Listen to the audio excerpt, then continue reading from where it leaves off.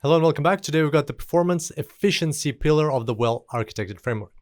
So here's the pillar, and it's got certain design principles that we need to know for the exam. The first one is democratize advanced technology, and this refers to the fact that AWS makes it easy to use advanced technologies through their services. They take away all the complexities, and you should leverage that to enable your team to get access to these technologies. An example of such technology would be machine learning and artificial intelligence, which you can allow your team to do very efficiently through SageMaker in AWS. So by allowing access to that, you can allow your team to improve products and services and things like that.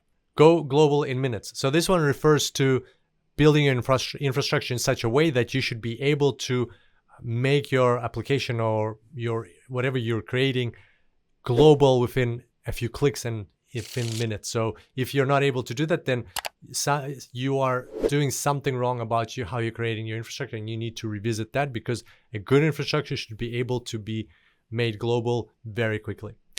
Next is serverless architecture. So wherever possible, and if it aligns with your philosophy of how you create your infrastructure, use serverless architecture because it can save a lot of headache, and it can basically take away a lot of problems that you need to be thinking about. But again, this one is not for everybody. This one is only if it aligns with how you're structuring. So don't just dive into serverless architecture if that's not exactly how you're building even though it's a recommendation, it's not necessarily for everybody.